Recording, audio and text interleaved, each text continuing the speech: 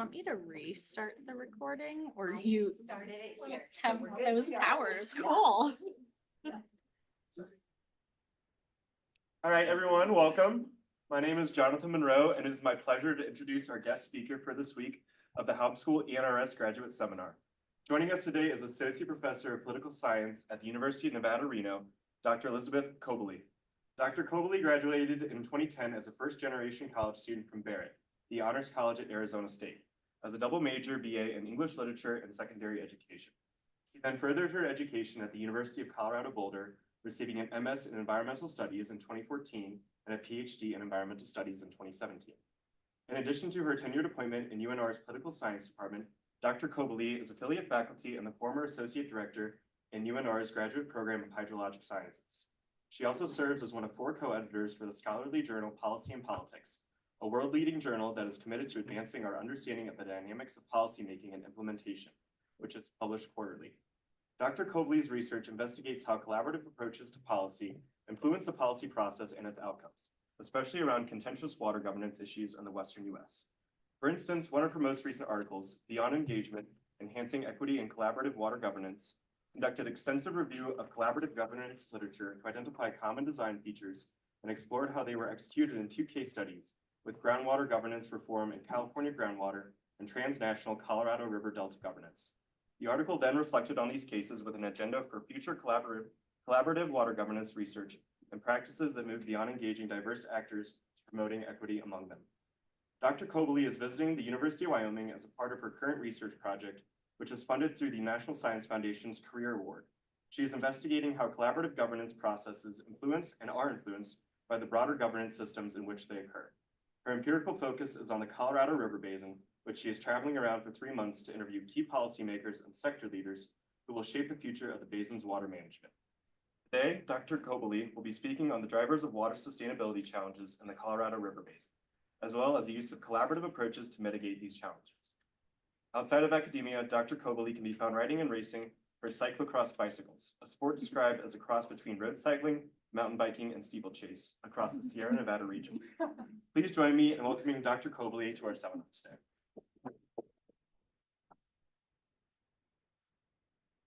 Thank you for that introduction and for reading all my bios and stuff online. I appreciate it.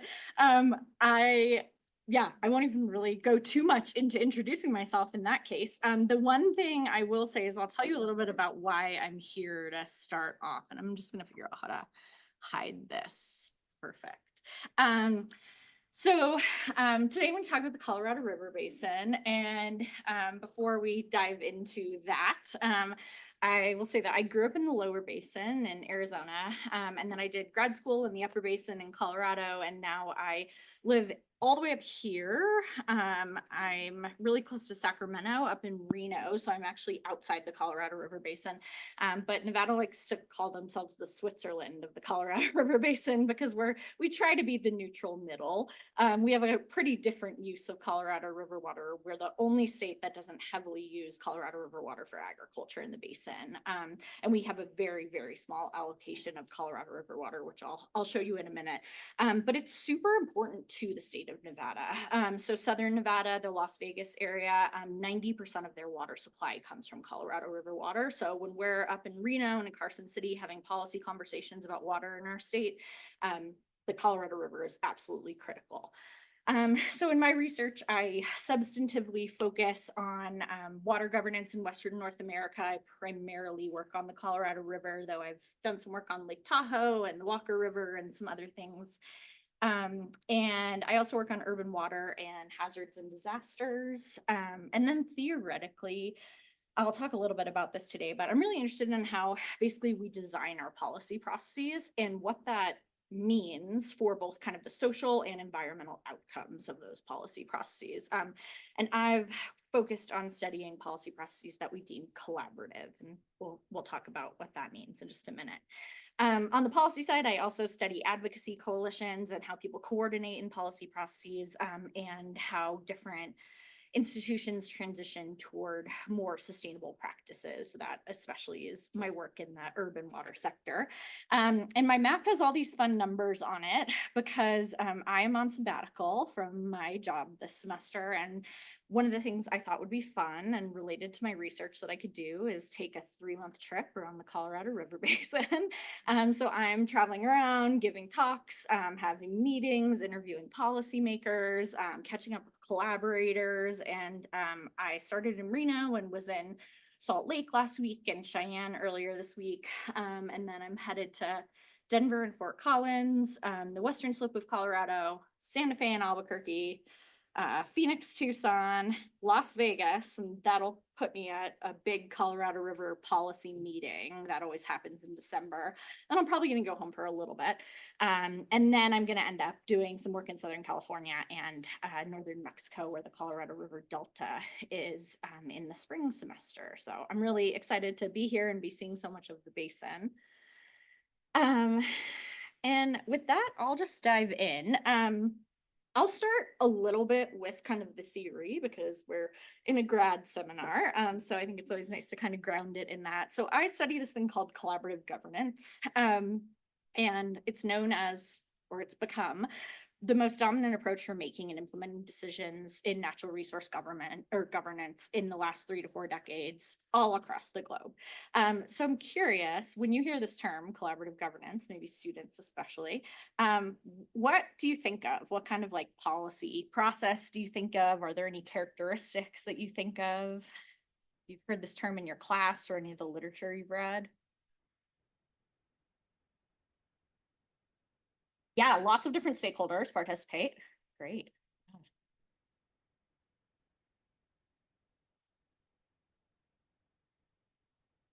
Yeah, so we use it in wildlife a lot, right? Good. One thing that I think is really important in the way that I understand collaborative governance that I want to just kind of prime is that collaborative governance is a structure for policymaking. It doesn't mean there's no conflict. I think a lot of people hear collaboration and think it's all happy and rainbows and all of that. I sat through all of these meetings in Colorado when they were doing their water plan when I was a master's student, and I have never seen so many adults yell at each other at the top of their lungs in my life over words in a policy and statements.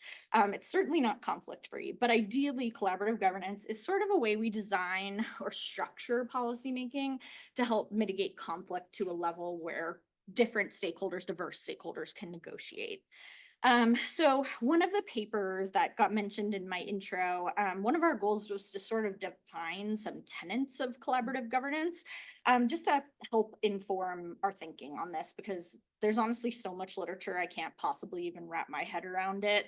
And I was lucky to have some research assistants and kind of do a little bit of a meta-analysis of that literature. And we found in common across empirical studies and theoretical studies that that collaborative governance processes engage diverse and relevant, quote unquote, stakeholders. We'll talk about that more in a minute. That's why it's in bold.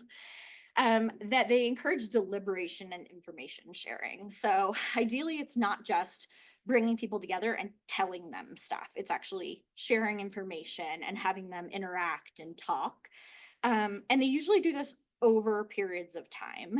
And that can often be really helpful for collaboration.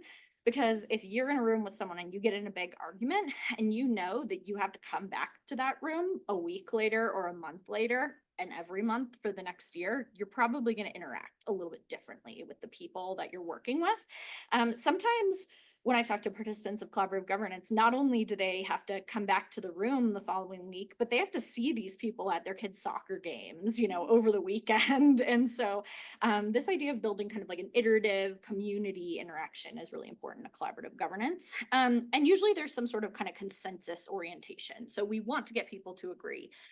What consensus means varies widely. And it's a question I've asked people and gotten a whole spectrum of answers from. We really try to get everyone on board to like, can you hold your nose and like say okay to what we want to agree on? Like that's kind of the minimum definition that they give me. So with this idea of collaborative governance, like I said, there's a lot of literature on it, and myself included in someone who has written this literature, we tend to focus on things like who participates. So like who are the stakeholders, what do they do, what helps them work together, what comes out of the process, does it create a policy? Does that policy actually have any effect on the environment? These are sort of the questions we've classically asked about collaborative governance. Where the project I'm doing right now comes in is it looks at a different aspect of collaborative governance. It basically is based on this idea that collaborative processes don't happen in a vacuum. They are part of bigger systems. I won't go too much into this, but I use the term polycentric governance systems, which just means that there's lots of different people with lots of different authority over kind of a similar resource space or a similar problem space. And sometimes we like plop a collaborative governance process in the middle of that, but all those people that come to the process probably also have jobs that they administer policies through, or they control funding streams or something like that. They've probably interacted with some of the same people in the past because they're in the same system as these people. And we, I think, really fail to consider that when we analyze collaborative governance processes. And on top of that, we also kind of forget to look at them over time. And I know that, when I was doing my graduate research, you're really pressed for time, especially if you're doing a master's thesis. I dropped into a process, studied it for about 6 months, and then had to write a thesis and graduate. It's really, really hard to study collaborative processes over time. And it's hard to do them retrospectively too, even though that's sort of the approach I'm taking right now. But I'm interested in kind of understanding this systematic view of collaborative governance or systemic view of collaborative governance, and then this longitudinal aspect of collaborative governance. So with that, the research question that drives my research at the moment, which this talk is part of, is how has collaborative governance evolved over the past quarter century in the Colorado River Basin, especially regarding the engagement of diverse actors, which is sort of the first thing that we found in our literature review. That's a kind of key commonality across collaborative processes. And before I introduce you to the Colorado River Basin, I just want to touch on why we care about actor diversity.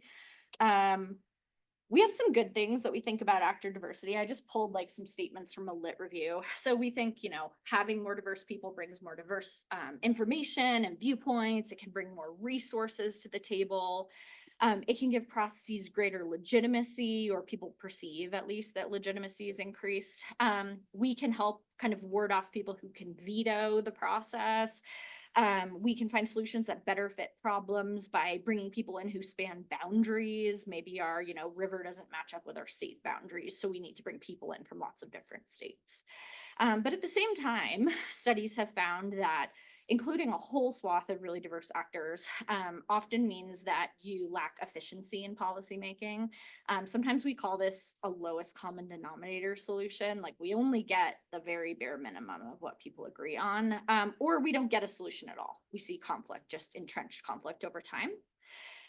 We sometimes see superficial engagement of stakeholders, right? We invite people to the table because we say we want to broaden our table, but then we don't really take what they have to say into consideration. Sometimes the people who already have power in that situation sort of just get to continually reinforce their power. And then a big thing I'm finding, and I sort of want this to be one of the things that I write about more out of the research I'm doing as I travel, is it seems like that really diverse engagement without careful thinking about how we do it can actually reduce creativity, innovativeness, things like that. Because you put people in a room, and if you don't help them build trust and be willing to share ideas and be transparent, you might not actually get anywhere new. People have told me that, when you think about a group, maybe you're like on a research project with some of your colleagues in the class. And if you guys get to know each other really well over time and you're trying to do some work on this project, you might pitch an idea that you think is kind of stupid, but you put it out there to get feedback on it, right? And to have people critique it and tear it down and build on it. But you kind of have to have trust in that situation that people aren't just going to write you off. And I think the same thing happens in a lot of collaborative governance processes. People are sort of, in some situations, they're much more trusting and willing to be innovative and think creatively. And in other situations, they have to kind of protect their political kind of like character or maybe their own constituency. You know, if someone comes to the table, they have to sound like they're really negotiating only on behalf of their state or something. And this seems like it's a pretty big barrier in collaborative governance, especially in the Colorado River Basin. So we're trying to figure out how to get some of these pros into the process without having all these cons at the same time. So the basin itself, I'll give you my little tiny Colorado River Basin 101, and I'm happy to answer more questions about this, but I have my map of the basin again. It's a critical water source for Western North America. We have 7 US states, 2 states in Mexico, 40 million people drink Colorado River water. We irrigate 5.5 million acres of farmland. I know I love living in the West because our river basins are beautiful and we get to recreate in them, supports tons of species, industry. So a really, really important river in a really dry area. That said, because it is so geographically large, we have this complex, that polycentric structure of governance in the system. So for instance, I just put a couple people here, but we have the US government, the Mexican government, we have 30 indigenous tribes in the basin, we have a whole bunch of regional authorities like the Upper Colorado River Commission that Wyoming's part of. We have state authorities, local authorities, districts. We assign water rights on a state-based level. So we have all these different people who are essentially kind of playing a role in managing this river and sort of overlapping in their authority. And my little quote in the corner, some of my colleagues say that this creates a complex web of disjointed and piecemeal authorities and institutions. And I think that's a really good description of the Colorado River Basin. One other critical thing to know about the basin is it's historically over-allocated and consequently overused. In 1922, we divided up the water in the Colorado River Basin among the states, and we allocated about 16.5 million acre feet, which is a weird unit we use in Western water. 1 acre foot provides water for about 2 to 3 single family households for a year. So we allocated 16.5 million acre feet based on some records of hydrology that we had for about the past decade. Turns out, once we can do things like look at tree rings and reconstruct drought, we found out we allocated way too much. That just happened to be a high flow period in the Colorado River, and that the river's average annual flow is really about 13 million acre feet. And we basically also ignored indigenous tribes and the environment in this. There weren't environmental flow rights or discussions about that at the time. There's one sentence or one phrase, half a sentence in the compact that mentions tribes, but it just says what we're doing won't conflict with what tribes do. And that hasn't worked at all. One of the ways, the most important way we've dealt with this problem is we have 2 massive storage reservoirs in the basin, Lake Powell and Lake Mead. They're the 2 biggest reservoirs in the United States, and they hold about 4 years worth of Colorado River flow. So what we've done is we've kind of used them as like a checking account. We put money, or a savings account, we put money in when we have a little bit extra, and then in dry years we kind of draw it out because the flow is really variable on the river. But that hasn't always worked. And I want to talk a little bit about the modern era in just a second, but just to give you a quick schematic of where this water goes. On the left side, we have the Colorado River's flow broken down by states. So in Nevada, we have a tiny 300,000 acre feet a year allocation, and California has 4.4 million acre feet, so many times more than us. And on the right side is a graphic from the New York Times. I don't love it because it's in different units. It's in billion gallons, which is not really how we talk about water in the West. But what it does show is this huge big block shows that approximately 79% goes to agricultural uses in the basin. And of that, about 55% goes to livestock feed. So we're using most of this water to support the West's agricultural industry. We use a little tiny bit residentially, commercially to produce power, et cetera. Most states in the basin are about an 80-20 agricultural to municipal ratio. Some states are a little bit higher. I think someone at the state engineer's office used the number 84% to agriculture in Wyoming the other day.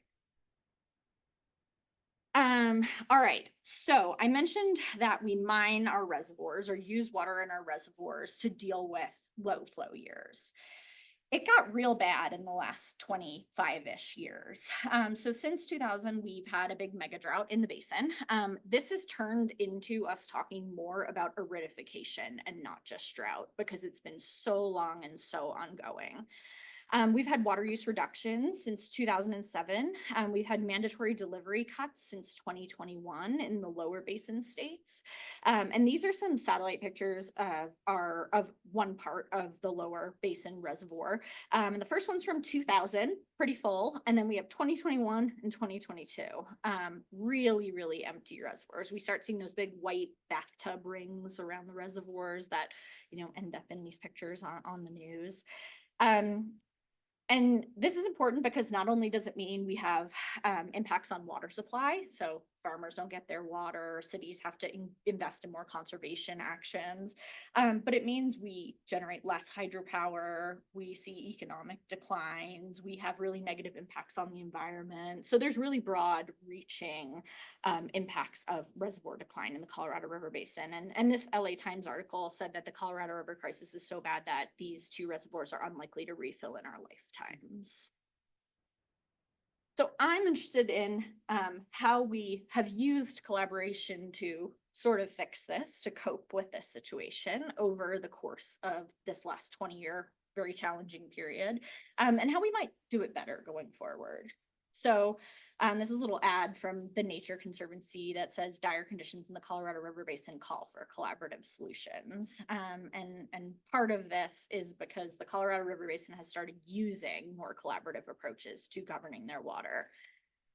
Historically, we didn't have really good rules for governing the basin under shortage. It's sort of one of those things where like you ignore a problem until you really have to deal with it. And we have a system that some of you may be familiar with called prior appropriation in the West. And it basically means that if you were there and you were using your water first, you can keep using it. And all the people that came later, they're going to get their water cut off first. And that's essentially how we had a plan, or that was the plan for dealing with shortage in simple terms. In 2005, when we started having these really bad droughts, the Secretary of the Interior decided that we needed something better than just prior appropriation. If we use prior appropriation strictly, we would be cutting off every city in the Colorado River Basin.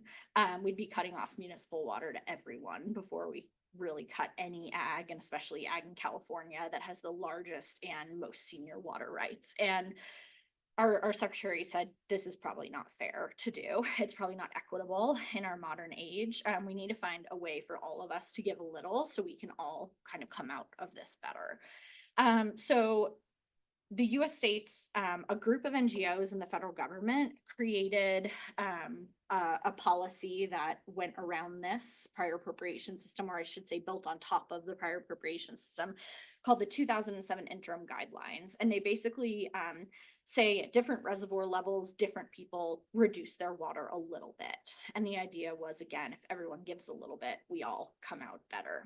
And this was sort of the first time that collaborative governance was really catalyzed in the Colorado River Basin, and it's sort of become the default mode since. So instead of the Secretary of the Interior making a decision, they say, hey, states, get together, talk to each other, share your information, bring together models, and let's try to figure out different ways to manage the basin. So I'm going to talk about a couple policies that have been developed through this collaborative process. But before I do that, I just want to tell you that from the 2007 guidelines and all of the policies up until present that we've made, they all expire in 2026. So we are in a very active moment of making new policies to govern the Colorado River Basin. And it's really rare that we as scholars get to study like a policy process in real time. And it kind of scares me because like I'm out here doing this research and interviewing people, but I can't control for things. Like we have a presidential election coming up. What is that going to do? You know, people have started to talk to me about these things and what they think it might do, but it's really interesting to study kind of a policy making system in time. We've done a really good job tracking hydrologic and environmental change over the last 25-ish years since the mega drought started, but we've done very little to track our governance system.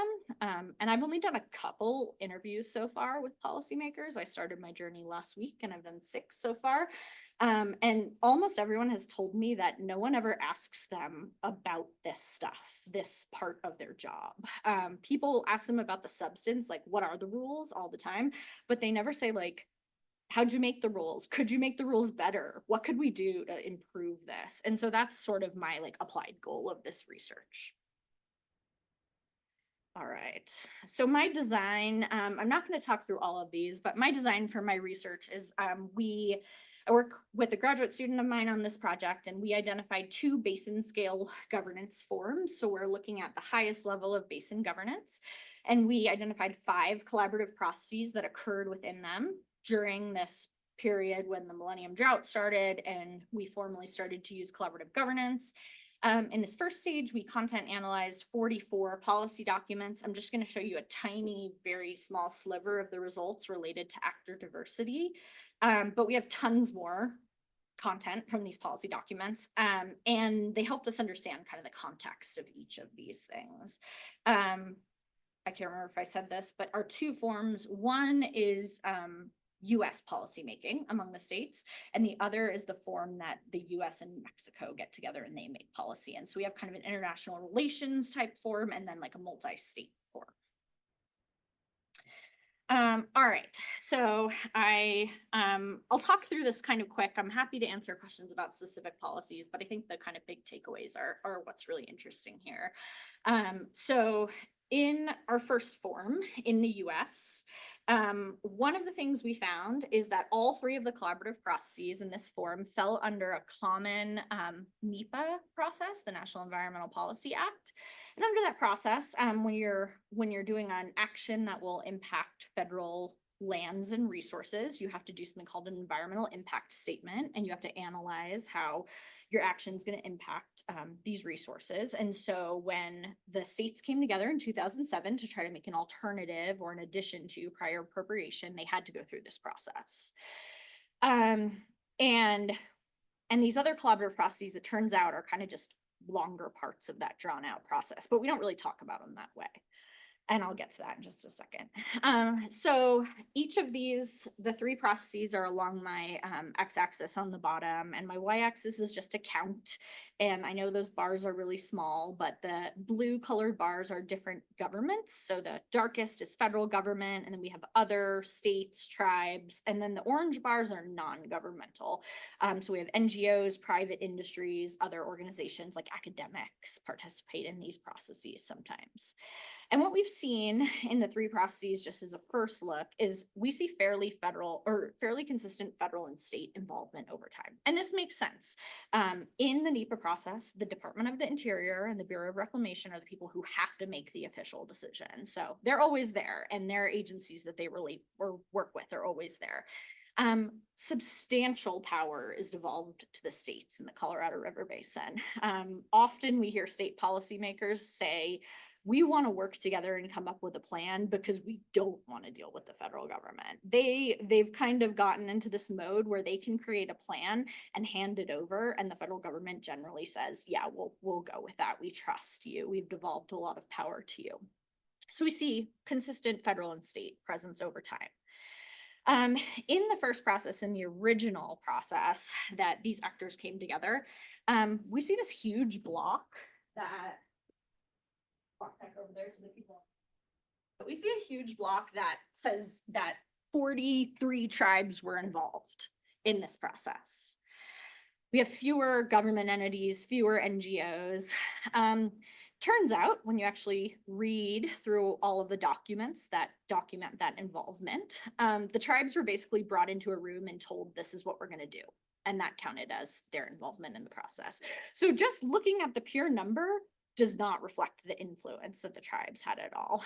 In this process, actually, the states created an alternative for the environmental impact statement, and the NGOs created a conservation alternative, and they both submitted them to Reclamation, and Reclamation kind of decided on a mix of both to make the 2007 guidelines. In the second process, it's called the DCP, or the Drought Contingency Plan process. We brought everyone back to the table, or some people, I should say, back to the table, because the 2007 guidelines we realized weren't going deep enough. We needed more difficult cuts. Instead of reopening up the environmental impact statement, the states played this interesting game where they made a claim that their process still fell under the original environmental impact statement, and they were still working in the bounds of that original environmental impact statement. So they didn't really have to open up the process. And as a result, they didn't have to follow a lot of the rules about engagement. So we see much fewer actors engaged in this process. And then in 2024, we had to go back to the table again, because again, our rules weren't cutting water deep enough. By this point, everyone has their eyes on the Colorado River Basin and everyone wants to be involved. The folks at the state engineer's office in Wyoming told me the other day that it wasn't until those reservoirs were like really, really low that people even started talking about the Colorado River Basin. And so when we started this process, that was about, it ended in April, started it in 2023-ish. We see tons and tons of groups involved again in this process. We just finished collecting the data on this last one, so I'll have more to say about that in a future paper. But right now, what we know is just that there are more actors and more substantial involvement overall. In the US-Mexico forum, it's a little bit different. We have a treaty between the US and Mexico, which is usually how our international negotiations work. And there is an institution called the International Boundary and Water Commission that's sort of the official decision maker under this treaty. And what happens is they can sort of amend the treaty, and their amendments are called minutes. And so we have two processes here that were done collaboratively. There's Minute 319 and Minute 323. Minute 319 was actually catalyzed in a large part by a group of binational NGOs, environmental NGOs. They saw that the Colorado River Delta in northern Mexico went from this beautiful, lush greenscape, jungle, jaguars, it was wild, to being dry. Almost completely a salt flat, depending on where you are. The water, or the Colorado River, hasn't reached the sea without human forcing since before I was born. And so the NGOs said, this is a problem. Let's get together and start talking about this. And what happened is eventually more people got interested.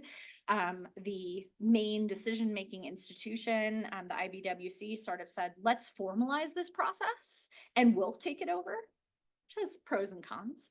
And this eventually led to a really interesting, and it's kind of marketed as like the most impressive collaboration in the Colorado River Basin. This 5-year pilot agreement around sharing shortages. So Mexico now opted into sharing shortages, which helped the US. We let Mexico store some of their allocation in our reservoirs, which helped us generate hydropower. The NGOs in the US and Mexico jointly funded a pulse flow of water and reconnected the Colorado River and the ocean and the Delta for about 5 minutes.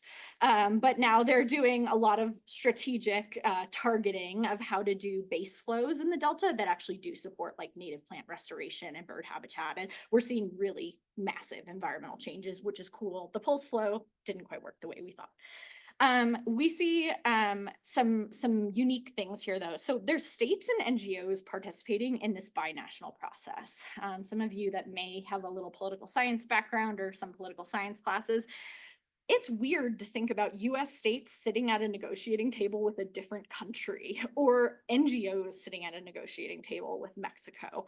But because of this kind of unique collaborative process they use where everyone was, I wouldn't say in the room. There were some different tables. Some people refer to the little kids table where some of these people sat, but they all really worked together to create this final policy. One of the things that someone told me that was outside of the kind of formal negotiations, but was constantly giving input. She said, you know, you can't really roll anyone these days. Like, it's not going to work unless we're really all committed to implementing this policy. When the 5-year agreement expired, they re-upped it essentially with a couple tweaks in 2017. That's the second process. We see fewer actors, and part of the reason we think we're seeing this result is because the agenda was kind of already set for what goes in that policy. Everyone wanted something in the first process. By the second process, there was less room to put something new in there. So the documentation of this process is also very undercover too. So it's hard to talk to people about it. There's not as much public documentation as we normally see. So the big takeaways, we see our formal authority remaining centralized in both venues. So even though we have increased inclusivity beyond what we typically expect, the same person or same organization or organizations maintains the final decision-making power. We haven't really seen that change over time. The level of involvement by any actor that's been engaged in any of these processes really varies by process. Even when they're in the same form, the role that a state plays in one collaborative process might be different than the next process. So we can't just look at who participated, which is part of why I'm now going around and talking to everyone about what they actually did in these processes. And we still see geographical fragmentation. So we never really saw a collaborative process where we brought the US concerns and the Mexico concerns together. And you can see on my little timeline, there was like a line right down the middle. And I've been printing that timeline out and showing it to policymakers. And people say like, yeah, the US has often treated Mexico as an afterthought.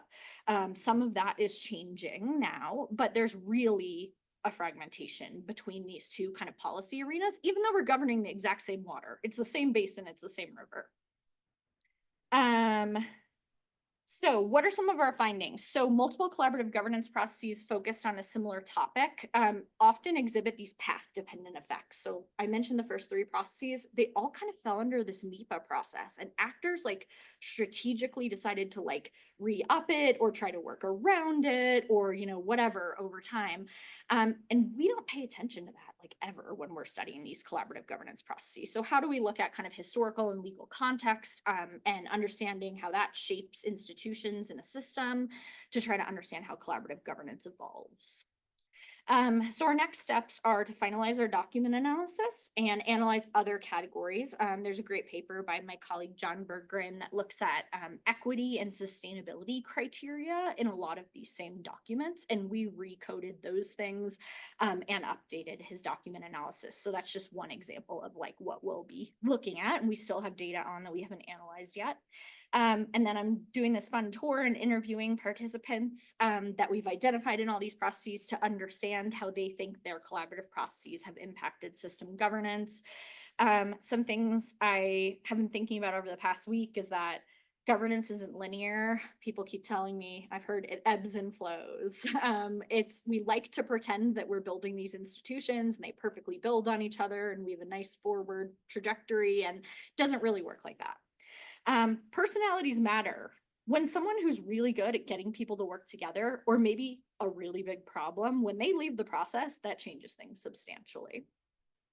And we should have multiple forums with multiple purposes as long as we coordinate among those forums. So people are actually telling me, you know, having a 150 seat stakeholder table to govern the Colorado River Basin is probably not actually a good idea. Some people are pitching that. Right now we're hearing a lot about this 38 seat table, which is the 7 states, the feds, and the tribes. That still doesn't even include Mexico. So there's kind of a push toward, let's have lots of different tables that might help us solve some of the negative problems about having tons and tons of actors involved. But let's make sure we're actually coordinating them. And I think that's the hardest part. We need to figure out how to do that well. So with that, hopefully I hit a couple minutes over, sorry, 2 minutes over. With that, that's kind of the outline of the research I've been doing in preparation for this little interview tour. I would love to follow up with any of you who are interested. My email's there. I tweet, post whatever about the Colorado River all the time at that handle, and that's my lab website. So I'd love to hear some questions, and thank you all for your attention.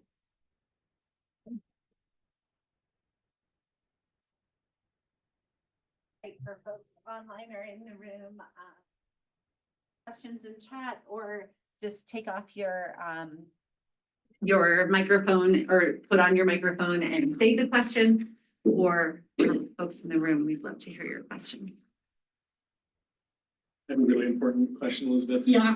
As probably the most active Twitter user I know, for somebody that is philosophically opposed to Twitter in these It's days, really hard. are you gonna switch to Threads or Blue Sky or any of the other alternatives that are emerging? So, because I do miss your content. I don't think so yet. I did tag you in a tweet this morning and I was like, Drew's never gonna see this. Yeah, I don't think so. I feel like, at least for this stuff, most of the people that I want to talk to are still following me or following Twitter. I don't know if it's good or bad, but like everyone I've been inviting for interviews is like, oh yeah, I know who you are. You like it or hate what I post, but I do try to like keep up with the Colorado River stuff on there because I've just found it's impossible. So much is going on constantly with this, and it's such a huge system that I try to do some aggregating.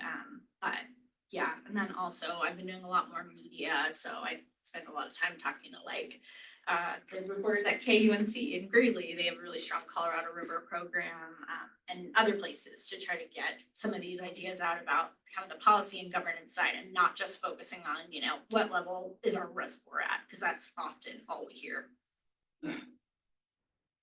Hi, Yeah, and then in the back. I am Abdul from Nepal. I remember one book, Tragedy of the Commons. When everybody wants to utilize the resource, but most of them do not want to manage it, the essence of that book, I think. So I am from community forestry country, right? Yeah. But we are discussing here about water, collaborative governance on water, right? My concern is how multi-stakeholders engagement is ensured for the benefit sharing mechanism. Yeah, that's a really good question. And I think there are a lot of different kind of informal ways we do that.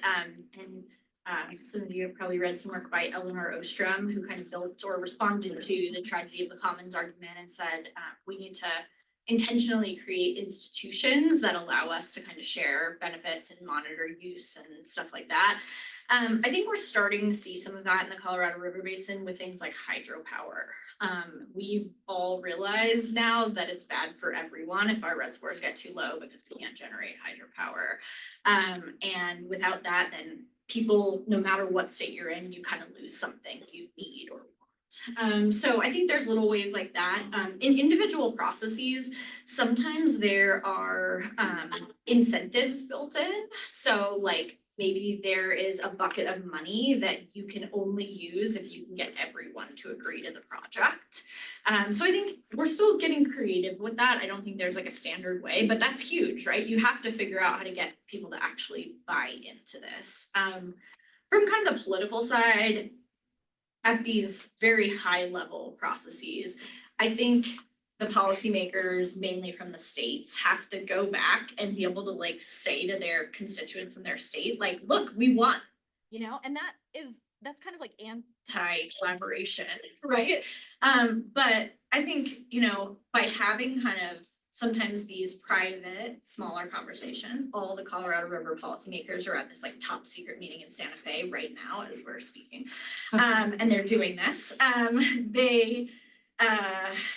I think they, you know, learn to like build trust with one another, that those personalities are part of it too. Cause you're like, okay, you know, this person, maybe we're in Wyoming and Utah's not really trying to be a jerk. They're just trying to do the best for their people too. And maybe, you know, if we're in a closed room and we're not having to speak to all of our constituents, we can actually have conversations that get us closer to something that helps us both out. That's really hard to do publicly and in headlines and in media, but I think, you know, that's part of this kind of system where you have lots of different size tables and different participants at different tables. So I don't know. I don't think there's a great answer. We need more people thinking about those mechanisms. Yeah. Maybe you already said that, but which people are the tribes? When you say like the tribes, what are they I know people that do. Yeah, so there's 30 tribal nations with reservation land in the Colorado River Basin. And so some of the the biggest tribe is the Navajo Nation, and they're in parts of Arizona, Utah, and New Mexico. And I think those are the only 3 states they have land in. The tribes are so interesting in the Colorado River Basin because they have a whole separate Supreme Court decree called the Winters Doctrine that supersedes any of the state stuff in the Colorado River Basin. That basically says they have the most senior water rights. And so in our prior appropriation priority system, technically they should get water before everyone else, but they haven't historically had the infrastructure to get that water. Participating in a process to actually quantify and settle your water right is really expensive and challenging. You have to build your own infrastructure. They haven't had access to the same kind of like grants and things like that from the federal government. States have. So the tribes have been really marginalized historically in Colorado River policymaking. And I think that's changing a little bit right now, but a lot of it is kind of, in my perspective, it's a little bit informal and haphazard. Some states have really good relationships with tribes in their state, and they're doing a lot more interaction with them. Arizona has really good relationships with some of their tribes, and they've found some mechanisms that, at least in practice, sort of benefit both the state and the tribes. So like there are 2 tribes in Arizona that have big portions of water rights, big profile water rights, and they can actually lease them to the state in times of drought. And then the state helps pay for some of their infrastructure and things like that. So I don't know yet how we're gonna formalize that, especially since tribes have so like wildly different capacity, right? Like there's someone in the Colorado River Basin, Daryl V. Hill, who's a member of the Hickory Apache tribe, and he's a leader of this thing called the Water and Tribes Initiative. And he says, if you know one tribe, you know one tribe. And I think that's really true. Like some folks I reach out to are like, you know, I'd love to talk to you about Colorado River governance. And other people are like, academics have been taxing us forever and not actually hearing our voice, and we definitely don't want to talk to you. And it's really, really different across the board. So I think that's a big question for this new era of governance. How do we kind of formalize is it a seat at the table? If it's just one seat, does that really represent all 30 tribes? You know, so it's a really big stuff. Their question back.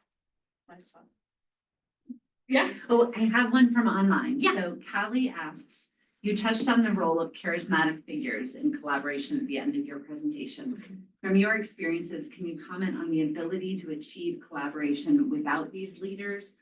Or what does governance look like without these charismatic figures? Oh, that's really hard. I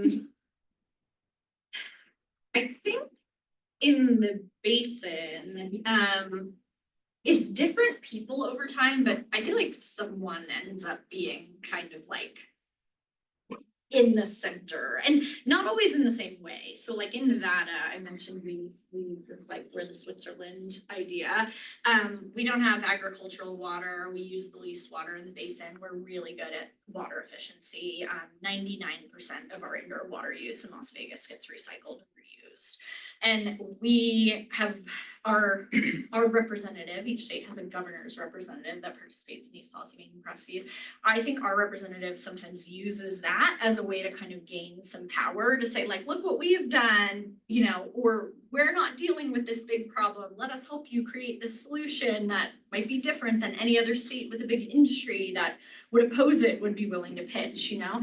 I think in other times it's like we have some people who make headlines in the Colorado River Basin. Like we are California's negotiator. He's 28 years old. And he is like front and center of a lot of the talks about Colorado River stuff. Like biggest state, biggest apportionment, super young negotiator. And I think he might not be like the charismatic leader himself, but he's not afraid to talk to the media, say things, kind of spice it up a little bit. Other people, you know, respond to that. So I think it's not always the same kind of person, but usually someone arises. I don't know what it would look like without that. I think that's hard to say. Yeah. We probably have time for one more. Thanks, Elizabeth. Super fascinating work.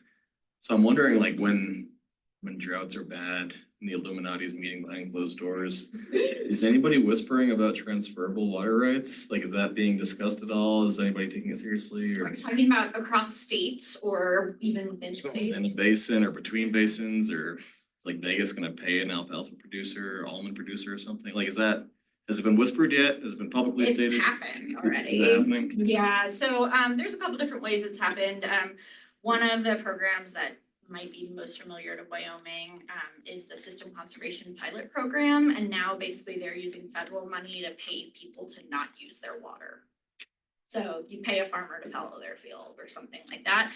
In the initial iteration of it in 2014, it was 4 districts that all checked in together.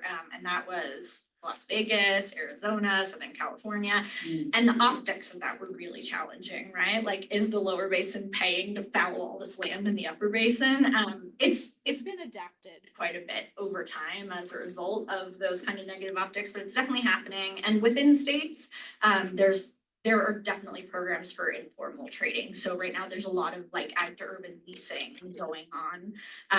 And you know, an ag producer might want to maintain their water right. You know, it's an asset, it's their 401k, but if they can only grow maybe 1 cutting of a crop when in a year where it doesn't really make sense to do that, they might just decide to lease that water to a city. And there's lots of rules around that and different programs, but I think right now the big question is, can we do it across state lines? And that hasn't really happened yet. Thanks. Yeah, great Awesome. question. Let's thank Elizabeth again.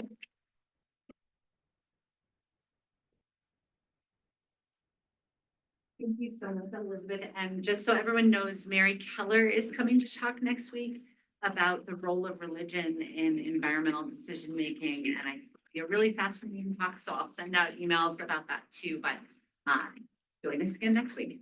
Yeah, thanks. Find out about your Yeah, yeah. Yeah.